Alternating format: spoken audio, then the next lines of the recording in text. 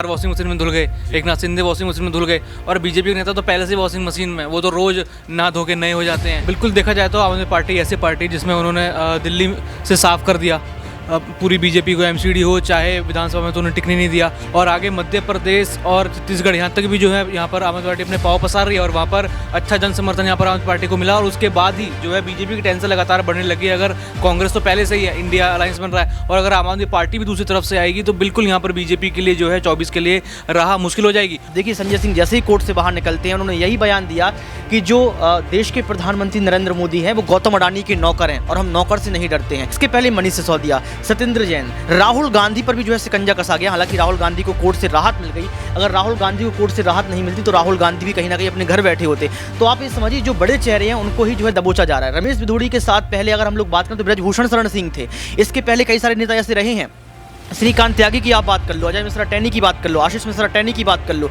इन नेताओं ने किसानों को रौंदने का काम किया, महिलाओं पर जो है गाली गलौज किया, इसके बावजूद इनको जेल में नहीं डाला गया।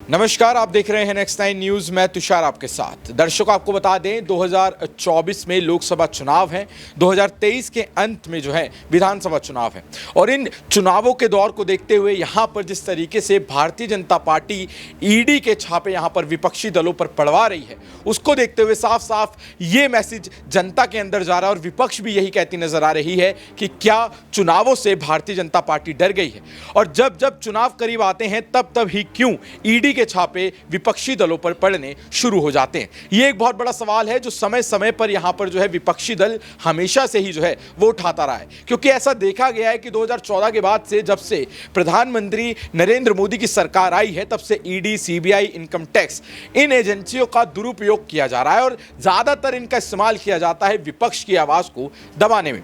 आपने देखा होगा किस तरीके से विपक्ष पर यहां पर एक के बाद एक हमले बोले जा रहे हैं, और जो नेता विपक्ष में रहकर करप्ट होता है वो भारतीय जनता पार्टी के अंदर आकर साफ हो जाता है, ईमानदार हो जाता है। ऐसा भी कहा जाता है कि भारतीय जनता पार्टी के पास एक वॉशिंग मशीन है जिसमें वो करप्ट नेता को डालती है और वो साफ होकर उनके खेमे में आकर बैठ जाता है।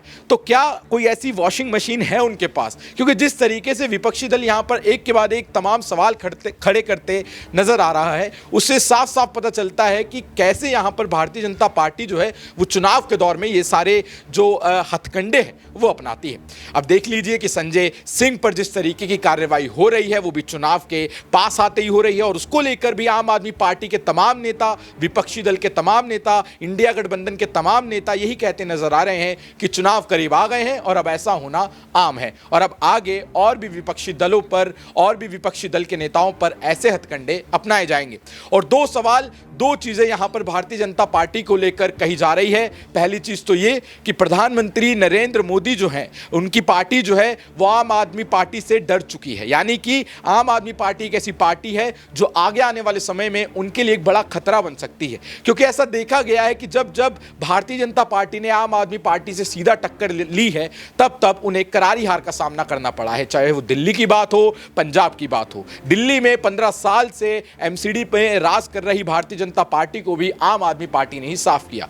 तो क्या यहां पर जो भारतीय जनता पार्टी है वो आम आदमी पार्टी से डर चुकी है, या फिर प्रधानमंत्री नरेंद्र मोदी को जो है वो चुनावों का डर सता रहा है? ये दो सवाल हैं हमारे, और इन दोनों ही सवालों को लेंगे हमारे साथी से दौलत से। तो दौलत, आपको क्या लगता है जिस तरीके से यहां पर विपक्षी दल जो सवाल खड़े करते नजर आ रहा है, जो आरोप लगाते नजर आ रहा है कि प्रधानमंत्री नरेंद्र मोदी चुनावों से डर रहे हैं और उनकी पार्टी आम आदमी पार्टी से उनको खतरा है, तो क्या आप इन दोनों सवालों को किस तरीके से देखें? बिल्कुल देखा जाए तो आम आदमी पार्टी ऐसी पार्टी जिसमें उन्होंने दिल्ली से साफ कर दिया पूरी बीजेपी को, एमसीडी हो चाहे विधानसभा में, तो उन्हें टिकने नहीं दिया।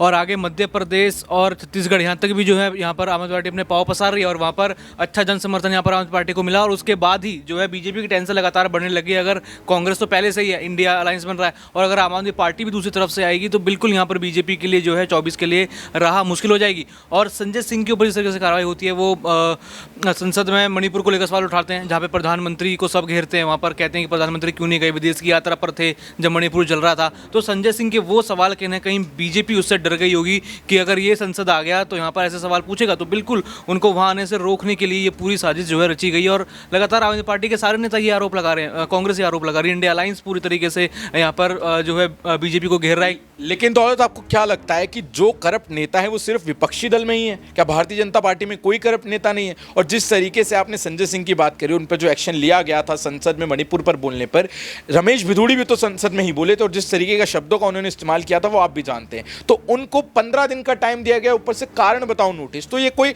एक्शन के नाम पे एक तरीके से लॉलीपॉप पकड़ाने वाली बात थी। तो आप किस तरीके से देखते हैं? बिल्कुल, जैसे आपने पहले अपने वक्तव्य की शुरुआत में कहा कि वॉशिंग मशीन है, जैसे अजीत पवार वॉशिंग मशीन में धुल गए, एकनाथ शिंदे वॉशिंग मशीन में धुल गए, और बीजेपी के नेता तो पहले से वॉशिंग मशीन में, वो तो रोज नहा धो के नए हो जाते हैं। तो इल्जाम लगते रहे, होते रहे, कुछ फर्क नहीं पड़ता पार्टी को, वो उनको हमेशा बचाते रहेंगे। जैसे रमेश भिदुड़ी को बचाया, जैसे ब्रजभूषण शरण सिंह को बचाया।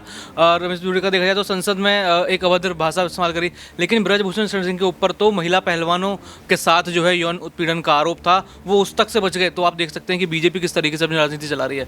तो जिस तरीके से यहाँ पर हम देखते आ रहे हैं कि कैसे भारतीय जनता पार्टी के जो खेमे के जो नेता हैं उन पर कोई एक्शन नहीं लिया जाता है, और जितने भी विपक्षी दल के जो नेता हैं उन पर बड़े बड़े एक्शन देखने को मिलते हैं। अब इन सब चीजों को लेकर हमने आपको बताया कि विपक्ष क्या कह रहा है, लेकिन आपको खुद उनके मुंह से सुनवाना चाहेंगे हम कि विपक्ष के जो नेता हैं वो इसके बारे में क्या कहते हैं। देखिए जरा।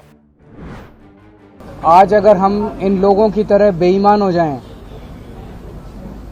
तो हमारी सारी समस्याएं खत्म हो जाएंगी।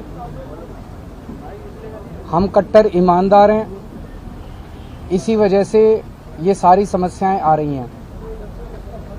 इन लोगों ने यही, इनकी सबसे बड़ी दुखती रग यही है कि ये सर से लेके पैर तक भ्रष्टाचारी हैं,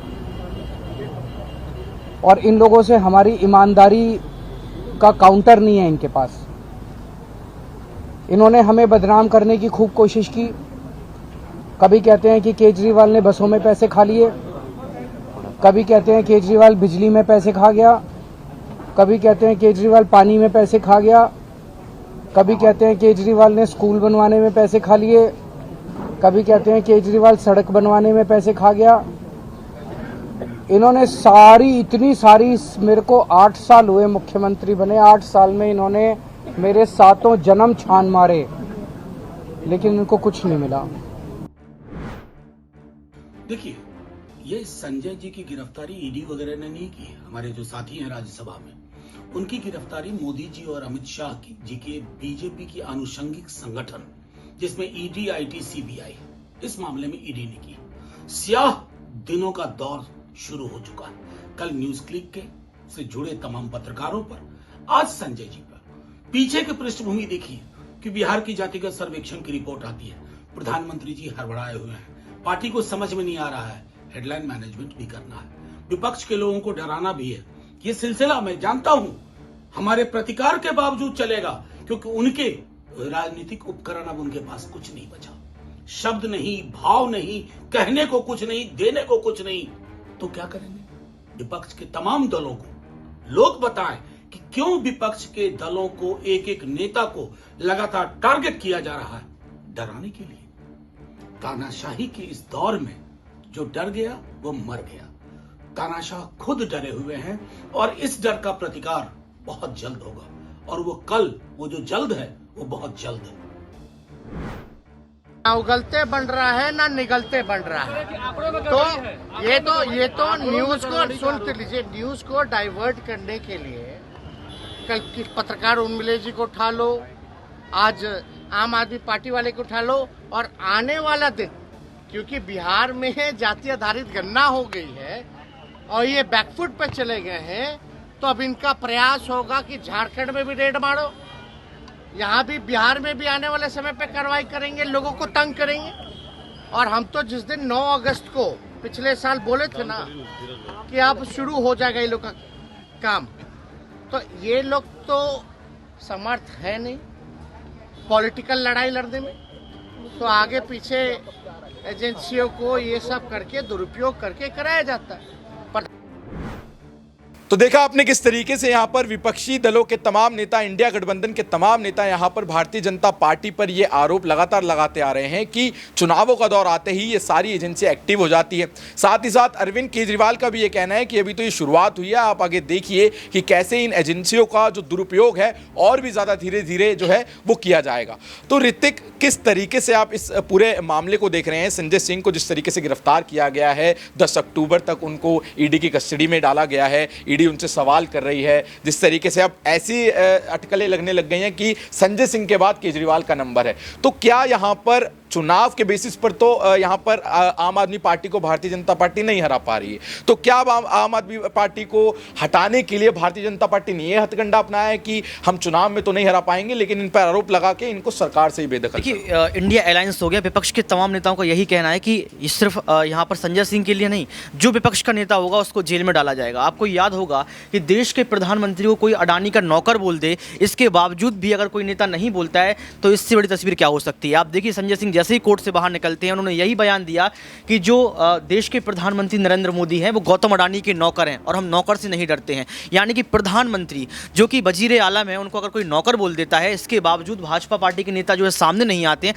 तो आप समझ सकते हैं। इसके पहले मनीष सिसोदिया, सत्येंद्र जैन, राहुल गांधी पर भी जो है शिकंजा कसा गया। हालांकि राहुल गांधी को कोर्ट से राहत मिल गई, अगर राहुल गांधी को कोर्ट से राहत नहीं मिलती तो राहुल गांधी भी कहीं ना कहीं अपने घर बैठे होते। तो आप ये समझिए, जो बड़े चेहरे हैं उनको ही जो है दबोचा जा रहा है। रमेश बिधूड़ी का आपने जिक्र किया दौलत के साथ, रमेश बिधूड़ी के साथ पहले अगर हम लोग बात करें तो ब्रजभूषण शरण सिंह थे। इसके पहले कई सारे नेता ऐसे रहे हैं, श्रीकांत त्यागी की आप बात कर लो, अजय मिश्रा टैनी की बात कर लो, आशीष मिश्रा टैनी की बात कर लो। इन नेताओं ने किसानों को रौंदने का काम किया, महिलाओं पर जो है गाली गलौज किया, इसके बावजूद इनको जेल में नहीं डाला गया। तो जो तस्वीर है वो साफ तौर पर नजर आ रही है। विपक्ष के नेताओं का यही बोल है कि यहाँ पर जो है इंडिया अलायंस से जो है भाजपा पार्टी डर गई है। तो मुझे लगता है ये डर है। संजय सिंह ने अगर 100 करोड़ का घोटाला किया है, शराब नीति आबकारी नीति में शामिल थे, तो अरविंद केजरीवाल ने चुनौती दी तो है कि ईडी आप बताइए कि 100 रुपये आपको मिले हों। संजय सिंह के घर के में घुसते हैं वो, जिस तरीके से जो है यहाँ पर छापेमारी करते हैं। संजय सिंह के पिता ये कहते हैं कि ईडी के हाथों में कुछ नहीं लगा। तो यहाँ पर यही कहना है कि यहाँ पर संजय सिंह जिस तरीके से अडानी के मुद्दे को उठा रहे थे उससे डर है, और यही डर जो है सामने देखने को मिल रहा है। एक आखिरी और सवाल मैं आपसे लेना चाहूंगा। बिहार में जातिगत जनगणना कराई गई, उसके बाद जो आंकड़े सामने आए उसको लेकर यहाँ पे जो विपक्षी दल है वो लगातार भारतीय जनता पार्टी पर हमलावर है, और उनका कहना है कि ये तो भी सिर्फ बिहार में हुआ है, अगर आप पूरे देश में कराएंगे तो आंकड़े और भी चौंकाने वाले जो होंगे वो सामने आएंगे। और इसको लेकर भी यहाँ पर ऐसा कहा जा रहा है कि बिहार में हुई जातिगत जनगणना से भी भारतीय जनता पार्टी डर सी गई है और इस तरीके से बौखला गई है। मनोज झा का यह कहना था अपने इंटरव्यू में कि बिहार में हुई जनगणना से बौखलाने के बाद प्रधानमंत्री नरेंद्र मोदी अब ऐसे हथकंडे अपनाते हुए नजर आ रहे हैं। देखिए, जातिगत जनगणना बहुत जरूरी है और ये मुद्दा अभी का नहीं, ये मुद्दा पिछले कई सालों से चला आता रहा है। राहुल गांधी ने जातिगत जनगणना की बात की, अखिलेश यादव लगातार जातिगत जनगणना की बात उत्तर प्रदेश में कर रहे हैं। तो जातिगत जनगणना होगी तो पता चलेगा कि आखिर जो है अंदर की बात है क्या, लोग किसको पसंद कर रहे हैं। बीजेपी क्यों इससे नकार? भाजपा पार्टी नकारेगी ना। हिंदू मुस्लिम आप देख सकते हैं, भाजपा पार्टी को पता है कि हमें हिंदुत्व भी एक करना है, हमें सब वर्ग के लोगों को एक ही जो है बंधन में बांधना, वो है हिंदुत्व की बंधन में। अगर यहाँ पर जातियों में बांट दिया गया तो हर एक जाति के जो नेता हैं वो अपने ही नेता को चुनेंगे। जैसे कि आप लोग अभी आप ऑफ द कैमरा यहाँ पर इमरान प्रतापगढ़ी को सुन रहे थे, इसके पहले आपने चंद्रशेखर आजाद को सुना, मायावती को सुना। ये तमाम नेता ऐसे हैं जो एक वर्ग को अपने साथ लेकर चलते हैं। अभी इमरान मसूद जो कि अभी कांग्रेस पार्टी में शामिल हुए, पूरा सहारनपुर का मुस्लिम वर्ग उनके साथ चलता है। तो जातिगत अगर जनगणना हो जाती है तो जो जातियाँ हैं, जो उनको पता चल जाएगा कि आंकड़े क्या हैं, वो अपने नेता के साथ जुड़ जाएंगे। यहाँ पर जो है भाजपा पार्टी को तगड़ी चुनौती के साथ हार का सामना भी करना पड़ता है। तो मुझे लगता है कि यहाँ पर अगर जातिगत जनगणना होती तो भारतीय जनता पार्टी का जो एक विक्टिम कार्ड है हिंदुत्व वाला, वो खत्म हो जाएगा। तो यहाँ पर भाजपा पार्टी पहले से ही बौखलाई हुई है, और अगर जातिगत जनगणना होगी तो क्या हाल होगा आप समझ सकते हैं। जी, बहुत बहुत धन्यवाद आपका। तो दर्शकों, जिस तरीके से आप ये पूरा घटनाक्रम देखते आ रहे हैं कि कैसे चुनाव जब जब नजदीक आते जाते हैं वैसे वैसे जो है इन एजेंसियों का दुरुपयोग शुरू हो जाता है विपक्ष के खिलाफ। अब आपकी क्या राय है, आप इस पर क्या अपनी समझ रखते हैं, नीचे हमें कमेंट सेक्शन में जरूर बताएं और जुड़े रहें, देखते रहें नेक्स्ट 9 न्यूज़। आज की डिबेट में महज इतना ही। धन्यवाद।